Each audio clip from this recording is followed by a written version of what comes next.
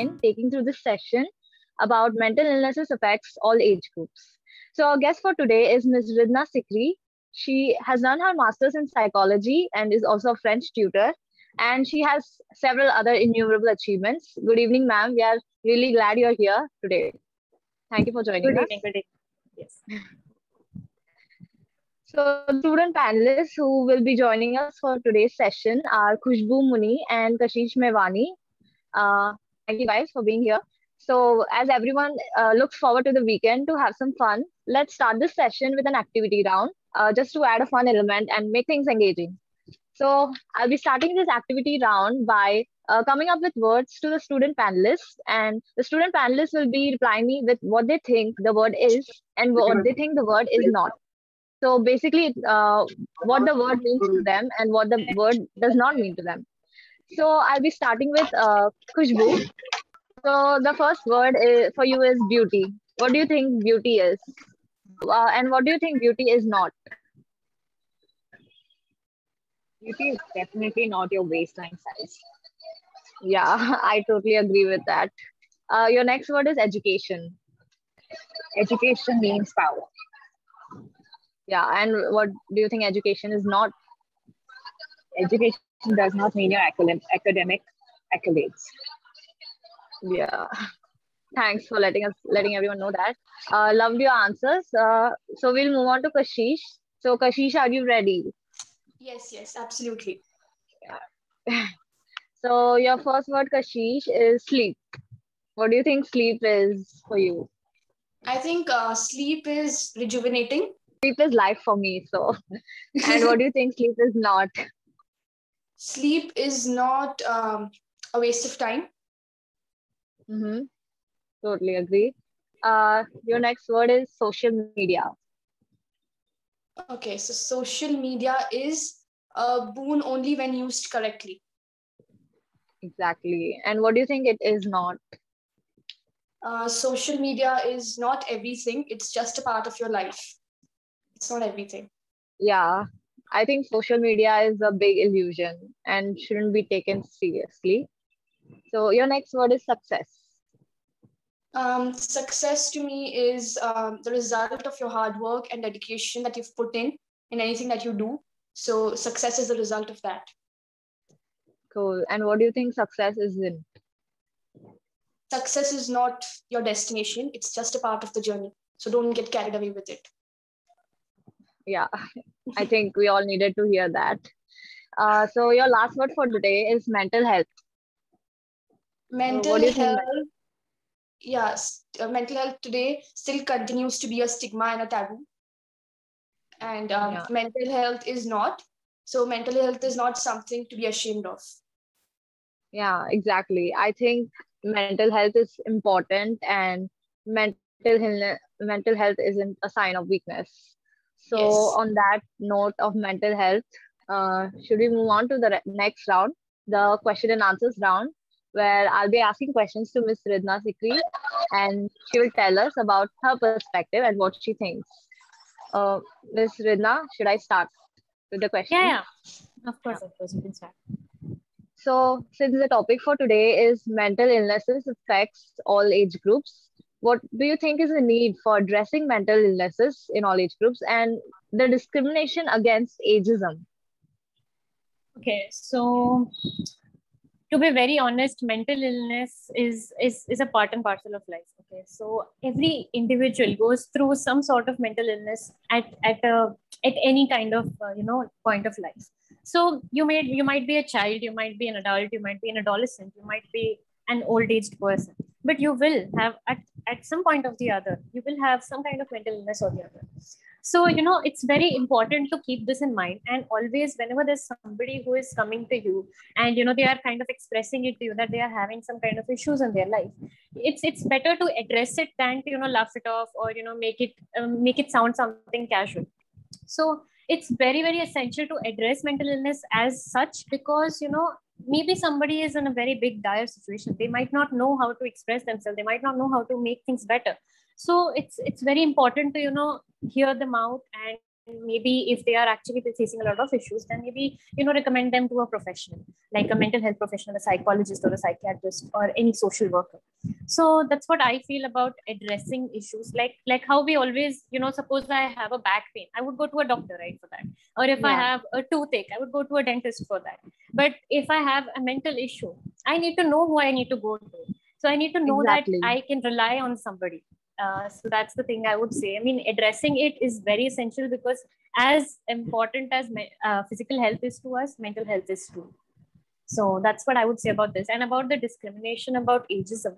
So when we come to old age, or, when people age, we think that we have this conception that, they are getting wiser. So they should not be having any mental illness, or something that, we might believe that, oh, it's a daily life problem. Yeah, you can get out of it. So no, we need to think of it as an important part of their lives, because whenever somebody is down with depression or with anxiety or with any other mental issue, they need to be pulled out of it with support and with proper care and with their own, with their own self-awareness. They need to come out of that kind of a difficult phase and go on with their daily life. So mental illness as such should not be discriminated in any age group. So maybe a child is having a problem. Maybe he's having social anxiety. We need to address it as equal as we would to an adult or an old age person. And when we talk about, old age people, sometimes we see many individuals would be, maybe ignoring them, or, isolating them, or, they might not think that it is very important to spend as much time with old age people. And they usually tend to get bored of the, monotonous kind of tone that they talk in, or they might, feel like, okay, why should I keep listening to this old person or something? So yeah, at such points of time, when you feel like the old person is ranting, or they're not actually able to express, that time you're supposed to be there for them the most. So, for old age people or for adults, it's very important to look at their mental health and their well-being, because if their mental health is not good, their quality of life is also down. So they would not be able to perform well in work and social life, or at family level, anything. They would not be able to do things properly. So for their own sake and for our sakes, and for the society's sake, we should actually listen and actually try to understand that each age group has their own problems and it has their own mental issues, and we need to address them, equally. So that's what I would say. Thank you, ma'am, for breaking it down for us as simple as possible. I think everyone understood what you were trying to give importance of addressing mental illnesses. So a question for the student panelists. Can you guys name some mental illnesses common in specific age groups? Kashish, would you like to answer? So different mental illnesses are common in different age groups. So if it's a child, maybe irritability, hyperactivity, or learning disabilities are common. ADHD is common. Then in adolescents, they can have depression, anxiety, suicidal thoughts, behavioral disorders or mood swings. In adults, mostly have OCDs or post-traumatic stress disorders. And in the geriatric population, dementia is common, and cognitive disorders are more common. So yeah. Thank you, Kashish. So, ma'am, you talked about mental illnesses in different age groups. So, when is the onset of such mental illnesses, and how prevalent are they in different age groups? Can you please tell? Yeah, of course. So, as Khushi has mentioned already, there are different kind of mental illnesses in each age group, but there are a few which are very common, like depression, anxiety, and maybe some kind of behavioral issues. They are common in all kind of age groups. So when you actually want to look at the onset, we cannot clearly say that this is the age when they are going to get it. So there are a few disorders which do not have a specific onset, or they are not, they cannot be defined as such. But when you talk about childhood disorders like ADHD, autism, they can begin at the age of, 9 months to 18 months, or they could range from, you can start seeing the symptoms when they are 4 years old, 5 years old. So that's when, you need to start, when you start noticing such symptoms, you know that, okay, this is the child's problem and this is what they are facing. So you can start diagnosing it, and you can start writing the symptoms. Like if they are not having this, because these are developmental and neurological, problems, autism and ADHD. So when you actually talk about them, you will see that they are not able to, live up to the standards. Like there are set standards that, that at this point of time, they're supposed to talk. At this point of time, they're supposed to understand the emotions of the parents and the others. At this point of time in the age, like suppose when they are 2 months, 3 months or something, they're supposed to speak a few words. When they are like, 1 or 2 years, they're supposed to indulge with others, like the parents or caregivers or anybody in their peers. They're supposed to indulge and, play with them and all that. So when you notice that these things are lagging behind and they're not actually happening with that kind of a set period, then you notice that, okay, this is the kind of disorder that is there. So that is when you see the onset could be anytime early in the age. So that's what it is. Commonly it's always the onset is in the early age, except for old age, mental illnesses, which is dementia, Alzheimer's. Then we have all these, all of these kind of cognitive and neurological disorders. They come with the age. We can't expect that, this child will have dementia. No, he will have a few memory problems, but that would not be dementia, right? So it comes with the age. So some of them are age specific and some of them are on the basis of, the symptoms that you are having, the kind of situation you are living in. Like suppose if you have a traumatic event, let's say COVID is a traumatic event for all of us, right? So for children, it is that they are, closed down in their homes. So that is going to be triggering, and maybe they lost their family member to COVID. So that could be like a traumatic event in their life, and it could trigger. It could. I'm not saying that every child who has a traumatic experience would have a mental illness, but it could be triggered because of such, such factors in the environment. So there could be environmental factors, social factors, like, we see that there are parents who abandon their children. So such children might also have mental illnesses later on in their life. But you would see that the onset is dependent on a lot of different factors. It could be biological too, like let's say bipolar and depression. These things can genetically be transferred to their children too. There is a very big percentage that, it can be, they are prone to being more depressed. Yeah. So that's the way. So there's no set thing except for, childhood disorders, specific age specific disorders. But other than that, that's what I would say. And prevalence, I would say commonly we think that, adolescence is a very vulnerable stage. So that is when a lot of children go through these suicidal problems, or, they might think that, okay, my life is so depressing, my life is so stressful, because they're actually, this developmental stage is in between of two stages, like childhood and adulthood. So you're like actually trying to understand how life works. So at that point of time, you're like understanding, okay, this is how it is, this is how it is not. And to have these different hormonal changes, biological changes also will play a part in all of these kind of mental factors. So all of this will, at the end of the day, make you more prone to some kind of a mental illness. So that's what I would say. It's like biological, social, environmental, all of these have an impact. And prevalence is the most in adolescence we see, but there is also another very, very important thing we need to keep in mind, that is old age also has a lot of suicidal attempts, and they also have this kind of depression and they have loneliness. So we need to be very careful about these two age groups. Thank you, ma'am. So you have definitely given us a lot of new information to think about, and I guess we should look out for signs and symptoms so that we can prevent the illnesses as early as possible. So as you mentioned about COVID-19, the current pandemic. So I feel like a lot of lives have been lost and the whole entire world faces a socio-economic crisis.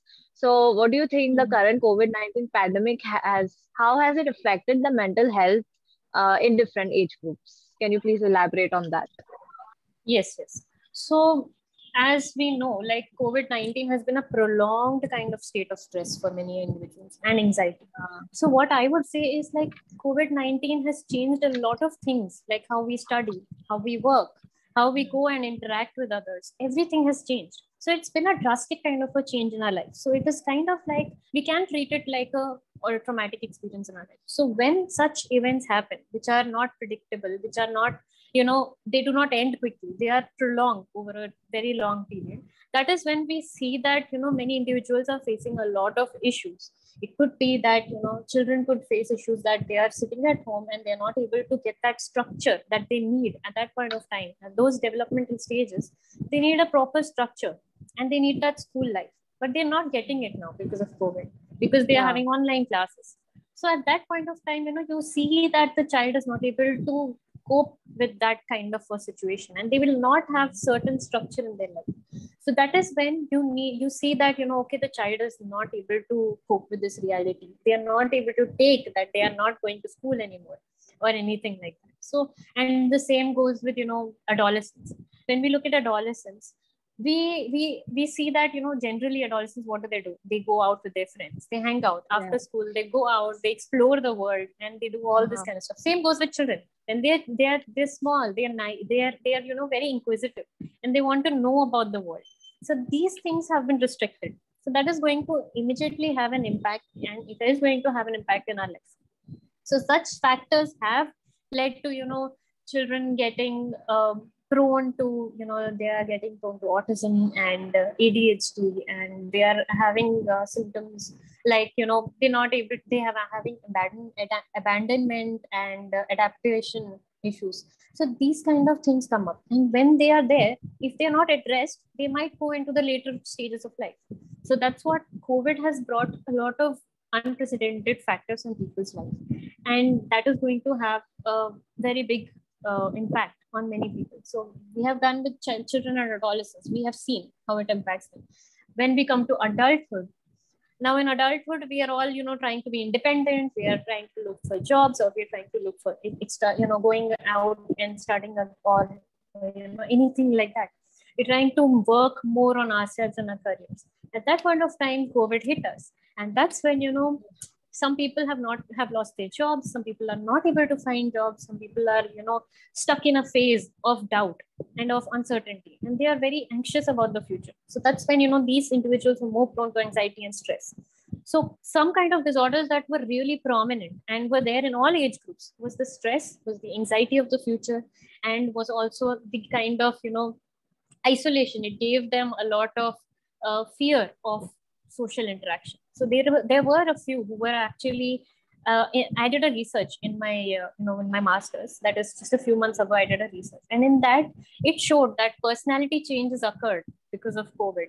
People actually did not have a way of, they were not anxious before, but now, because they are so used to the COVID situation, when they were asked that how would they act if they would go out again to the world, they said that they would be anxious. Many of them replied that they would not be able to cope with the life that is going to be there, because after COVID, nothing's going to be entirely normal. Things have changed now. So that's what I would say. The common disorder, the common mental issues that we saw was stress, depression, and anxiety. So that was prevalent all throughout. And with old age people, it was isolation and loneliness. And they also had depression, and they also have these health issues. Like we know that, with age comes a lot of health problems. So when they had these health problems, they had these depression and all of this, all those comorbidities, and all of them, they combined were giving them a lot more of stress and a lot more of issues to face at the same time. So they were not able to judge that well. And people who lost individuals have been grieving, and they have been in bereavement, and they do not know how to get out of that traumatic experience. So that is how it has been. I would say there is a lot of impact that COVID has done, because it is a drastic change in our lives, and that's how it has impacted our mental illnesses. Thank you, ma'am. A really good example by letting us know about your research. And I hope we take this impact in a good manner and try to proceed with our lives. So a question for the student panelists. So I would like to know, what activities did you guys do to cope up and take your mind off things when you were having a rough day during the pandemic?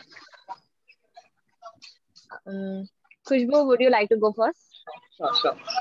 So during the pandemic, my go-to stress reliever was actually exercising and connecting with my old friends.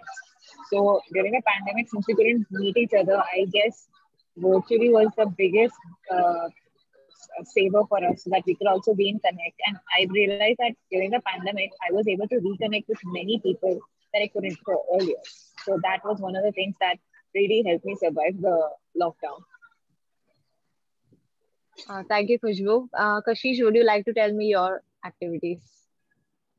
So yeah, I think that the COVID-19 pandemic has been challenging for everyone. We've lost so many precious lives. But what I would say for myself is that due to the situations that were so negative, it became all the more important for us to take care of our mental space. So I made sure that I did my yoga and meditation every single day religiously, so that I had a balance between my body, mind, and spirit. And whenever I felt low, I would just grab my phone, talk to a friend, or maybe listen to some good music to cheer myself up. So yeah, that's how I managed my time during the pandemic. Thank you, Kashish.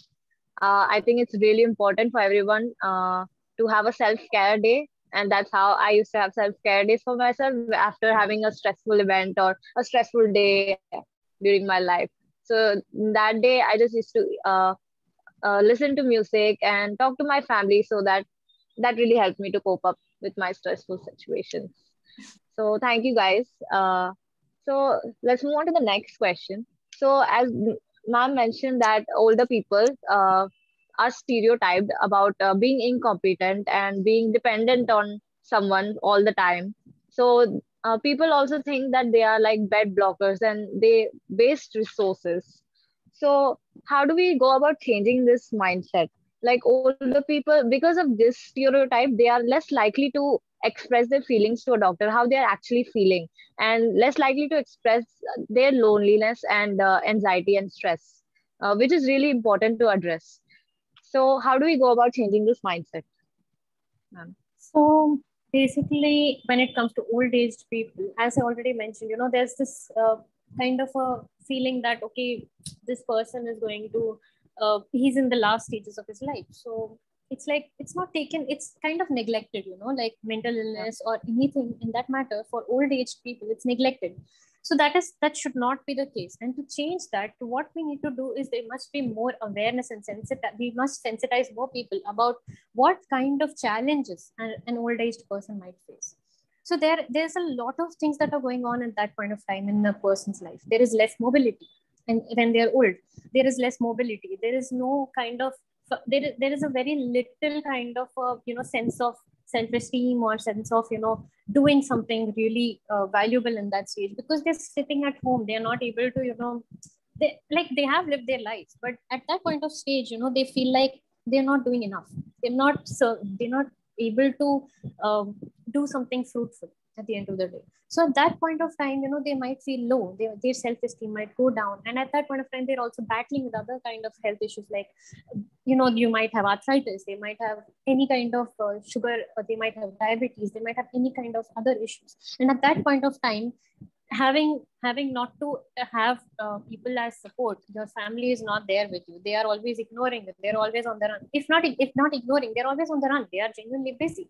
So at such points of time, it is very important that we as youngsters, and even we educate others that it's high time we start spending more time. And I feel that in the COVID pandemic time, I feel that we have connected more with our family members.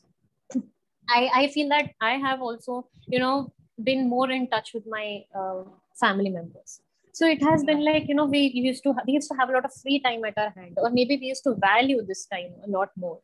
So we need to do that even more, and we need to indulge them more in our activities, in our daily life activities. We need to give them that sense of individuality and that sense of responsibility. That is when they will also feel more better about themselves. So at that point of time, if they feel, there is this concept that we talk about whenever we talk about old age, that is they should feel the sense of giving back to the society. So that this stage of life, they want to feel that sense of responsibility and giving back, because they have lived their life now. Till now, they have been working for their family. They have settled their family, their children. Their children also might have children at that point of time. And at that point of time, they want to give back to the society. They want to do social activities. They want to do something that will, bring them together with other individuals of their age group. So we need to encourage that more. We need to encourage more social activities. We need to give them more responsibility. We need to give them more decision making, and we need to also, hear them out whenever they have something to say. It might be a health issue, it might be mental illness, it might be just some advice that they're giving. You can listen to it. If you want to implement or not, it's up to you. But you should listen to them, hear them out, and actually, try to indulge them into your life. So that is one way, by indulging them more. And when it comes to mental health and how to remove this taboo of the stigma or this taboo of old age people and their mental illnesses, how to make this thing better. There are palliative cares. There are, whenever there are these old age homes, palliative care. There is this, when they can come home, nurses or, mental health professions, they can come home and take care of the old age people. If you're not having the time, then you can allow someone else to come in and take that position of yours. Because we have seen, I have seen a lot of cases, and I've heard of a lot of cases where there is elder abuse, and it could be physical, verbal, or it becomes very strenuous for them to handle all of that, because people are thinking that, oh, you're such a burden on me. You're just living your life. Okay, you want to live, okay, live it, but don't be a burden on me. Don't put all your responsibilities on me.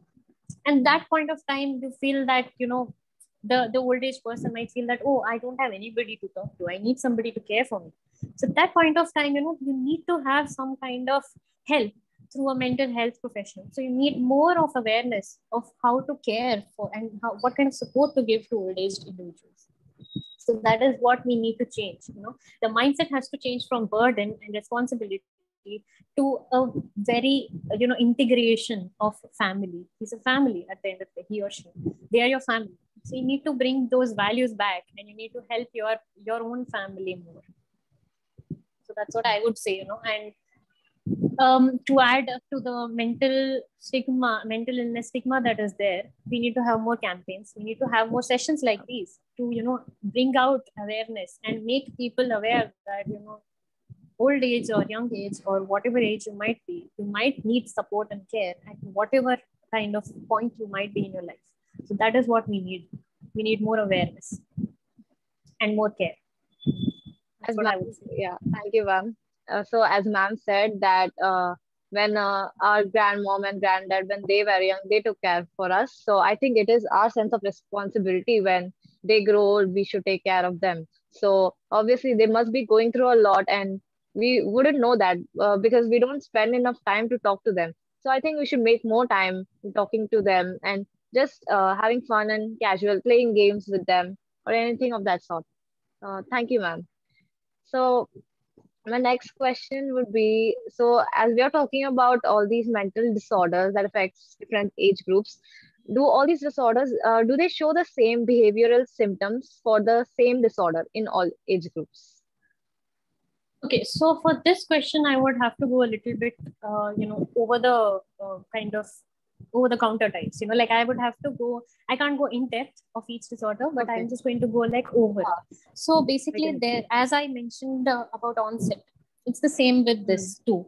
Like each disorder has a different kind of common symptoms, and there are a few which might be out of the ordinary kind of symptoms. Like if we take the example of depression itself, it's a very common disorder, and it's a very common mental illness that is faced by each age group. But here, when we look at people who might be children, they might feel agitated, they might show irritation, and same goes with adolescents. They might show this depression in some or the other way. So the behavioral symptoms might vary, but a few of them will be similar. Like, they might not be interested in doing the things that they used to be interested in. They might feel guilty, they might feel, worthless. And all these kind of things will be common. But a few of the things might be different. Like sleep is also going to be varied. Like some people sleep more when they're depressed. Some people sleep less when they are depressed. So that's one more factor that changes the fact that, these behavioral symptoms are not constant over everybody. They change because each person has a different way of expressing their emotions and a different way of coping through things and a different way of showing how they are feeling inside. Some people, if we take a case of when you talk about anger issues or something, that is when you feel that every person is going to be angry in the same way. But no, it's not the same way. It's always like something or the other varies. One individual might show anger on their own, on the person itself, but some people might project it to another person, and that's not the way it's seen. So it's like every individual has a different way of behaving. So I would say that it's not the same, and it varies. And there's another example to state this in a different way, that is autism spectrum disorder. The disorder itself states that there are a few common, two or three common symptoms would be there, like repetitive behaviors and social isolation or less of social interaction. But there are other symptoms that keep coming new in each child with autism is different. So there are different difficulties that each child is facing, and each child may behave in a different manner in autism. That is why it's called autism spectrum disorder. So the same way, there might be different disorders which will not have the same kind of behavioral symptoms and projection. So that's what I would want to highlight, that not each disorder will have the same kind of symptoms, and not each disorder can be identified the same way. There will be more of you need to have more sessions with the person. You need to have more insight. The person has to have insight in themselves, and also they need to interact more with the professional and discuss that, okay, this is how I'm feeling, this is how I do feel every day, and this is what it is impacting in my daily life. So that's how it would help them with more insight, more counseling sessions, more of understanding of how every aspect is impacting their life. So that's what it is. That's how you can understand. Thank you, ma'am, for your answer. So the next question would be, how important is early intervention in preventing or delaying the progression of various mental illnesses? And is it effective in all age groups, or does it vary? So this is going to have a very positive kind of an answer, because to be honest, research shows that early interventions are definitely going to help in prolonging in promoting good behaviors, and in promoting good quality of life, and in promoting a lot more and reducing the effects of an illness. So when we talk about any kind of mental illness, say depression or anxiety, if you kind of identify that, okay, I get anxious in such situations, like I used to have social anxiety. So when I would have social anxiety, I would feel that I am sweating a lot, I'm not able to talk properly, or I'm not able to, and I feel this sense of my heartbeat would increase. I would feel like something is always bothering me at that point of time. And in such kind of situations, what would help would be that you can identify that, okay, this kind of a stimulus in the environment is going to give me such a response.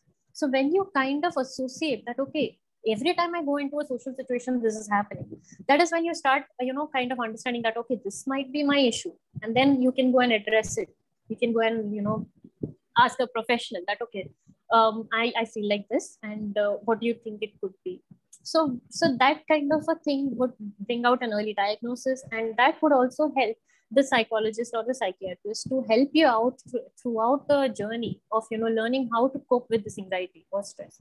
They might first counsel you, first understand your problem, and then when they would also, there is something called fear of hierarchy. In psychology, we do this. There are in these sessions, what happens is, suppose I have a fear of heights. So what I would do is, I would go onto the first floor. First, I would be exposed to the situation of fear or the anxiety. The thing that gives me anxiety, I would be exposed to it more. Okay, so it would be like okay, let's take a very simple example here. Suppose I am scared of a spider. So when I'm scared of a spider, I would look at an image. The first stage would be, I would look at an image of a spider, and then I would associate it with, and then I would, feel the fear that I'm feeling. I would scale it down from 1 to 10. How fearful is it for me? Then at that point of time, what you would do is, the next thing the counselor would want you to do is give you a relaxation technique for it. So they would be pairing over sessions, there would be a progression of understanding the fear. And at the last point of time, what the person would be doing is, they would be associating the relaxation technique and the fear together, and they would feel less anxious or less fearful about that situation. So any phobia, you would be using such a thing, where you will be expressing, you will be going through these stages, and you will be learning that, okay, how do I cope with this? How do I actually associate the fear and the relaxation together? And how do I actually, get over it? So in the long run, that is what helps. So these kind of situations, that's how it will help. So early intervention is always a boon. It's never a bane. So that's what I would say. It's like in any case, anxiety, depression, anything, if you are actually having a person to help you out through it, there could be cognitive behavioral therapy where you would be working on yourself, and also the counselor would also be helping you out. So in that, what happens is, in cognitive behavioral therapy, it's very effective for, depression or anxiety. So at that point of time, what you would be doing is you would be writing down how you feel in that moment, and you would try to change the way you are thinking. Like you would try to, if you're thinking negative in a situation, that, okay, I never pass in this exam. I'm never good at studies. I don't do this well. I don't do that well. I'm so worthless. If you feel that, your negativity is going up and up, that point of time, you need to note it down and think back at the days when, you were better at something. Think back and try to modify the way you think. So once you modify the way you think, your behaviors will also alter the same way. Once you start gaining a belief in yourself, and once you feel that, okay, yes, my self-esteem is low, but I am going to think of all the good things that I have done till date, and all the ways that I have worked on myself, and I will try to work on myself again to get out of the situation. That's how you would try to, help yourself. So there are many techniques like talk therapy, play therapy. All these kind of things would help you, engage more, explore more, and understand yourself better. So that's how you would also, prevent any further prolongation of your illness. And it would also help you, suppose depression has many stages. Like I might be severely depressed, or I might be moderately depressed. So for when there is early intervention, I would be probably in the moderate phase right now, and I would be helping myself and to limit that phase. But I would not be, if I ignore this, and if I do not have any, early, I don't have a diagnosis, or I don't approach anybody, then that would just get severe. Same goes with, physical illness. If you do not diagnose it well, it would just keep escalating. So the same goes with mental illness too. You need to have to express yourself, to understand the situation, to understand the mental disorder that you're facing, to understand how to get out of it with by seeking help, care, and support from family, counselors, anybody that you might, get the help from. So all of it, matters at the end of the day. But then I would want to tell another point. Please continue. That is, like there is one or two disorders which will not have that much of an effect. Like suppose, there is dementia, or there's Alzheimer's. These kind of disorders in old age are bound to happen. They are bound to happen because neurological, the neurological connections fail. They start, the cells start degenerating. That is what causes dementia and Alzheimer's. So at such point of time, what you can do to that at this point of time, when I turn 50 or 60, it actually happens after 60, 55, 60. So when I turn 50, or even before that, I will try to indulge in such practices where I am working my brain more, where I am trying to indulge in more mental activities. I will try to get my brain to work more. So when you do that, the impact is going to be positive, because it will not go away entirely, but the impact will not be severe, basically. So if you are going to get Alzheimer's or dementia, you will not get it that early, but you might get it anyways eventually. But these kind of things will help you out at the end of the day. Thank you, ma'am. I think we should definitely implement this relaxation technique even in our daily lives when we are having bouts of anxiety or stress, like relaxation techniques, like I think meditation or talking to a friend or just listening to music. I think that might be really helpful even in our daily lives. So thank you for this insightful answer. And I guess we have a few minutes to spare. Would the student panelists like to ask any question to Ms. Ridna? Yes, Kashish. Go ahead. Thank you so much, ma'am, for such a wonderful session. What I would like to ask is that circumstances are not always in our hands. So sometimes when the external surrounding situations are so negative, how does one stay positive? Thank you. Okay. Yeah. Thank you for your question. So when we look at daily life issues that we face, when we feel that the external environment is too taxing and it is too much for you to handle, at that point of time, when there is too much stress, that point of time, you need to break down your stressors. You need to identify the stressors and break it down into stages. You need to start implementing ways to relax yourself. Maybe you might have a lot of deadlines, you might have a lot of family issues. At the same time, everything might be overwhelming for you, but at that point of time, you need to look at one thing at a time. You need to start to maybe try to solve one issue. Maybe if you have too many deadlines, take some time out, make a schedule, and when you have that schedule, keep that schedule relaxed. Do not keep it like rigid. You keep a schedule, you keep the deadline in mind, and you plan it out accordingly. You make it such that you will not have more anxiety or stress about it. So that's about daily. If I would talk about our age, like 20s and all, that's what we would face, like too much of stress of deadlines, exams, assignments, all of this. It gets too overwhelming for us. That point of time, you need to break it down, think it through, and make a very nice relaxed way of doing things. You need to have it like, maybe get up in the morning at 6. Do not make a schedule like 6 to 6:30, I'm going to get ready. 6:30 to 7, I'm going to go to college or school. And 7 to 7:10, I have to do this. I have to, from 7:10 to 7:20, I have to do this exactly. So no, you need to have a relaxed kind of a schedule, like 6 to 6:40, let's say. I have kept it for myself to get ready. And then after that 5 minutes break, I would not, immediately put something forward. Because if there is a way, if there's a situation that I could not, finish the task in that time, it would give me more anxiety. So in such situations, you need to break it down. You need to make it more doable. You need to make it, less stressful in such situations. Yes. Otherwise, I would also like to say, like you said, even I face social anxiety. I'm a very reserved person, like very reserved in my little bubble, and I don't like to talk too much to other people. So could you please give me some tips as in where I can connect to people and get out of my shell?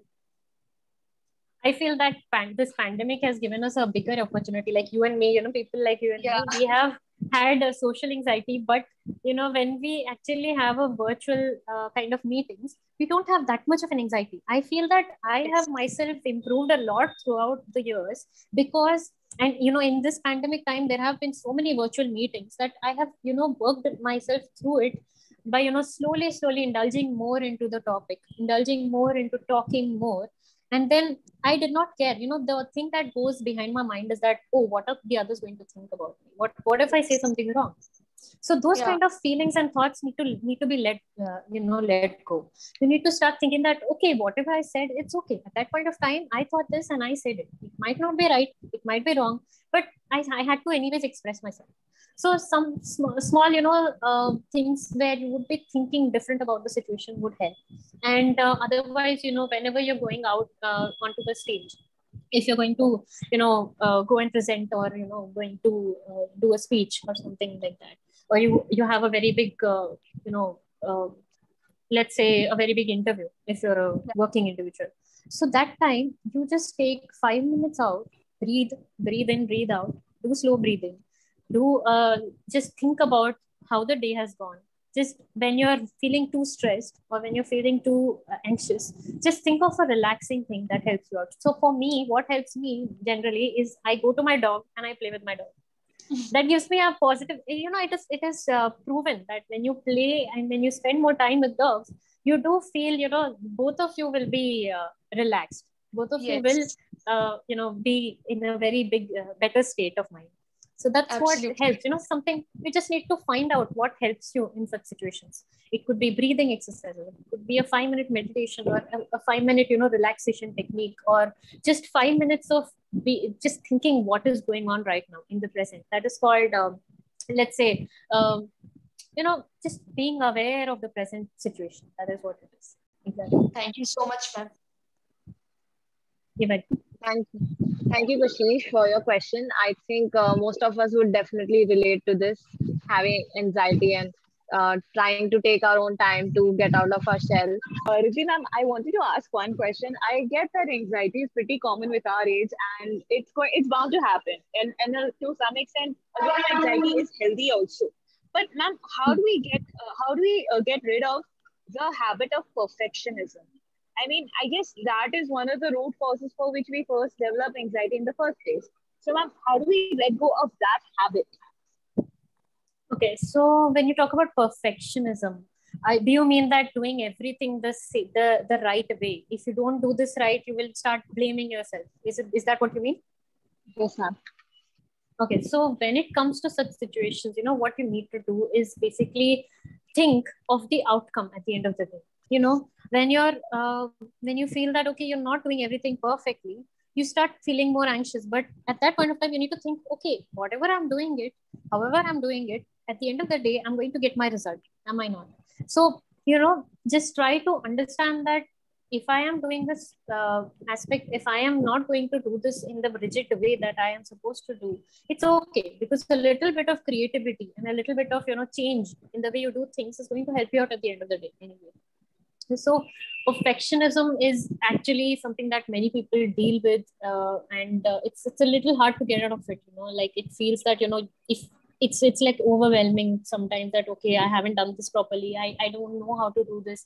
Even OCD too, in that matter, even OCD is something like you have these recurrent thoughts that okay, I have to do it this way, I have to do it. So when you have these recurrent thoughts, you try to carry out that activity more.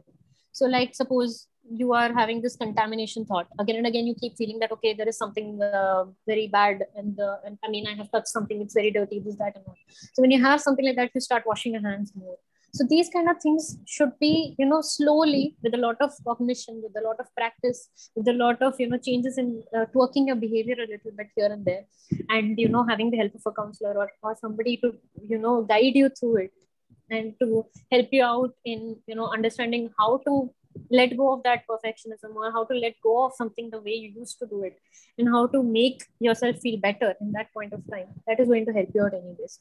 So if for practice, like in daily life, when you feel like there's something that is too overwhelming, you haven't done it properly or something like that, at that point of time, just look at it, just think, okay, when I did it perfectly also, I got the same result. So why don't I just even if I don't do it that well, it's okay, I'm going to get the same result anyways.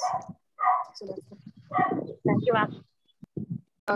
Thank you, Ms. Redna, for taking the time out to do this. It was really an amazing session, lots of information to take in. Thank you, student panelists, Khushbu and Kashish, for making the session more lively. So I hope we all took something new, and I guess you guys will implement this with that. Thank you so much, student panelists and all the participants who've been listening. Ms. Redna, would you like to share some feedback on your end about how you found this whole session, and if we were amicable enough for you to be a part of this episode? Yes, of course. I really enjoyed the session, to be honest. It was very candid. And it was really like, I felt that, I'm helping out someone through this. And, this is such a small platform, but this would help me out in creating a lot more awareness. So it feels like at the end of the day, it feels like really great from inside that, I am a part of this session, and I'm a part of, all such inquisitive minds that, you want to know more of how to make things better in daily life, how to help others, how to help people who are facing such issues. It's really amazing to be in touch with all of you. And it was a very amazing, enjoyable session. I really like the way the host Khushi, took it forward, and how, the questions that came forward. I really loved it. Thank you so much, Ms. Redna. Would the student panelists like to share anything? Can I go first? Yeah, sure, Kashish. Yeah. So it was an honor, and I'm really humbled to have this opportunity to talk to you, ma'am. Thank you for such an insightful session. It was lovely to hear from you. Thank you, Khushbu, and thank you to the whole team who's made this possible. It will really help us in the long run. Thank you, ma'am. You're welcome. So much, Kashish. Khushbu, do you have anything to say? I think Kashish covered it all. Thank you so much, Nurji ma'am, for helping us out, clear our doubts, and also giving us such insightful tips in how to go about in our normal lives also. Thank you so much. You're welcome. All right. Thank you, Khushi. I think with that, we can end the session. Thank you, everybody, for joining in.